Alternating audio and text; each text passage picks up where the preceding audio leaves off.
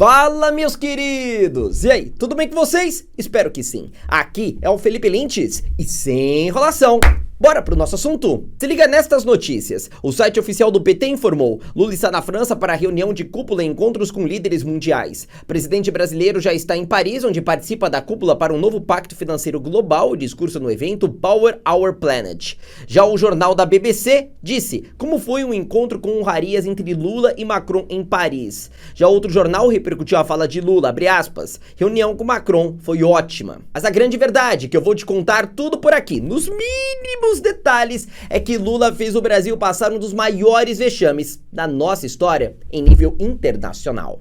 Se liga só no discurso do petista. Vim aqui para falar que, junto com a questão climática, presidente Macron, nós temos que colocar a questão da desigualdade mundial. Não é possível que numa reunião entre presidentes de países importantes a palavra desigualdade não apareça. A desigualdade salarial, a desigualdade de raça, a desigualdade de gênero, a desigualdade na educação, a desigualdade na saúde. Ou seja, nós estamos num mundo cada vez mais desigual e cada vez mais a riqueza está concentrada na mão de menos gente e a pobreza concentrada na mão de mais gente. Se nós não discutirmos essa questão da desigualdade, e se a gente não colocar isso com tanta prioridade quanto a questão climática, ou seja, a gente pode ter um clima muito bom e o povo continuar morrendo de fome em vários países do mundo. Não é só na África, não, é na América Latina, é no Brasil. Quando eu fui presidente da República do Brasil de 2003 a 2010 e a presidenta Dilma de 2010 a 2016, a ONU reconheceu que o Brasil tinha saído do mapa da fome. Naquela época a gente tinha feito com que 36 milhões de pessoas saíssem da miséria absoluta e 40 milhões de pessoas atendessem a um poder de compra de classe média. 13 anos depois eu volto à presidência da República do Brasil e outra vez 33 milhões de pessoas estão passando fome. Quando deixamos a presidência, o Brasil era a 6ª economia do mundo. Hoje o Brasil é a 12ª economia do mundo. Ou seja, o país andou para trás, como muitos outros países andam para trás. Depende do governo que é eleito, depende do governo que tem a preocupação com a questão social. E nós aqui precisamos ter claro o seguinte: aquilo que foi criado depois da Segunda Guerra Mundial, as instituições de Bretton Woods não funcionam mais e não atendem mais às aspirações e nem os interesses da sociedade. Vamos ter claro que o Banco Mundial deixa muito a desejar naquilo que o mundo aspira do Banco Mundial. Vamos deixar claro que o FMI deixa muito a desejar naquilo que as pessoas esperam do FMI. E muitas vezes os bancos emprestam dinheiro e esse dinheiro emprestado é o resultado da falência do Estado. É o que estamos vendo na Argentina hoje. A Argentina, da forma mais irresponsável do mundo, o FMI emprestou 40 bilhões de dólares, 44 bilhões de dólares para um senhor que era presidente, não se sabe o que ele fez com o dinheiro e a Argentina hoje está passando uma situação econômica muito difícil, porque não tem dólar nem para pagar o FMI. Então é importante que a gente tenha noção de que a gente não pode continuar com as instituições funcionando de forma equivocada. Mesmo o Conselho Nacional de Segurança da ONU, os membros permanentes não representam mais a realidade política de 2023. Se representava em 1945, em 2023 é preciso mudar. A ONU precisa voltar a ter representatividade, a ter força política. Ai, bom, então já que é assim, já que o Lula disse tudo isso, bora mostrar a verdade, nada além da verdade.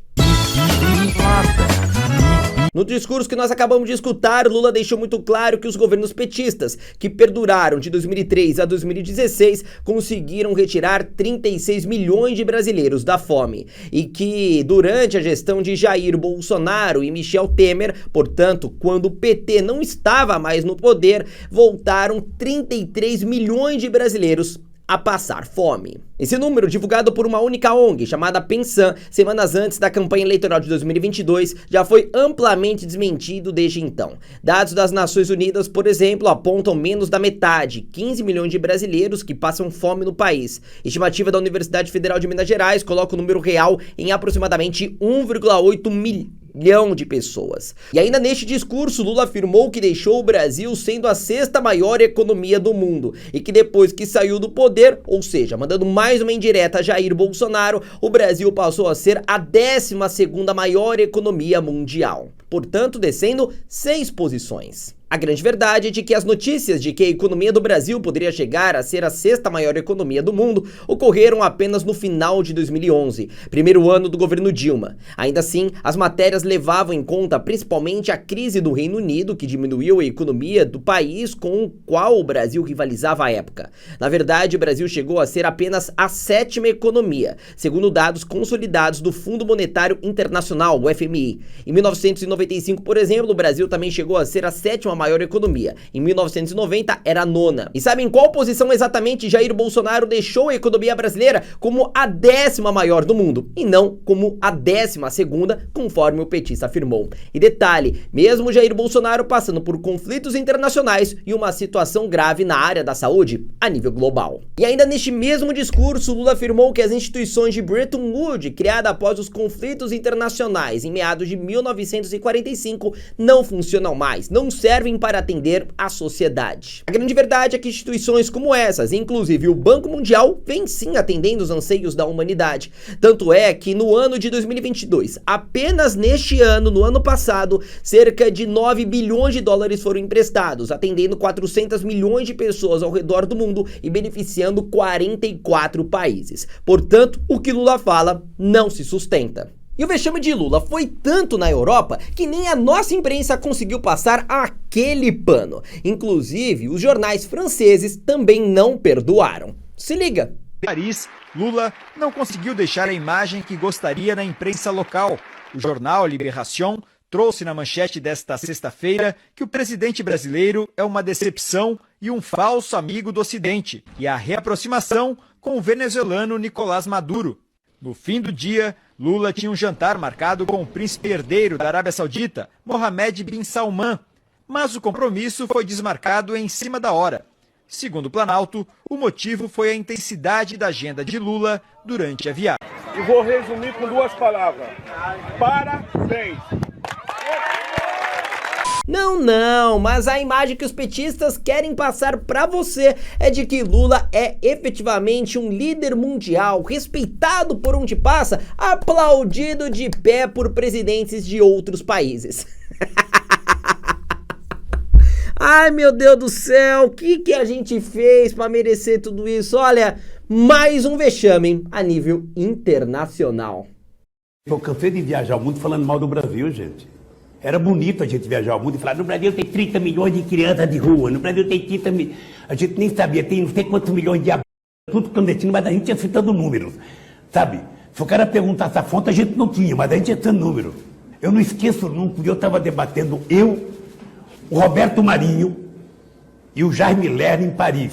Mas eu estava dizendo, porque no Brasil tem 25 milhões de crianças de rua. Eu era aplaudido calorosamente pelos franceses. Quando eu terminei de falar, o Jaime Lerner falou assim para mim: ô Lula, não pode ter 25 milhões de crianças de rua, Lula. Porque senão a gente não conseguiria andar nas ruas, Lula.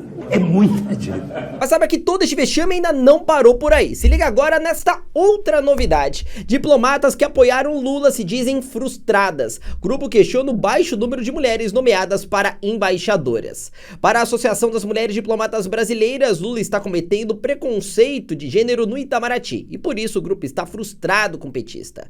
As mulheres diplomatas que apoiaram a eleição de Lula no ano passado dizem que agora estão no limite, porque até o momento apenas homens foram nomeados como embaixadores para cargos no exterior. A associação diz que das 47 nomeações feitas por Lula, apenas 6 são mulheres, o que representa pouco mais de 10%. Em uma carta publicada recentemente, o grupo expõe seu descontentamento com Lula e fala em descompasso entre palavras e ações. Olha, nossa, que surpresa, ou seja, traduzindo, né? Elas estão indignadas porque Lula prometeu uma coisa e está fazendo outra. Bem-vindo ao mundo. E as integrantes da associação cobram as promessas do governo petista em relação ao seu compromisso com a diversidade de gênero. E um trecho da carta diz o seguinte: as mulheres seguem aguardando medidas que revelem efetivo compromisso com a promoção da equidade de gênero e, sobretudo, respeito ao profissionalismo e à dedicação das mulheres na carreira diplomática brasileira. Olha, parece que tem mais gente aqui que fez a letrinha do amor completamente arrependida. Engole o choro e faz o L. Olha, pessoal, depois desse vexame a nível internacional e o adeus daqueles que fizeram a letra do amor, eu vou encerrando por aqui. Meu nome é Felipe Lintz, te vejo na próxima oportunidade ou na próxima vergonha internacional que o Brasil infelizmente vai passar. E tchau, tchau.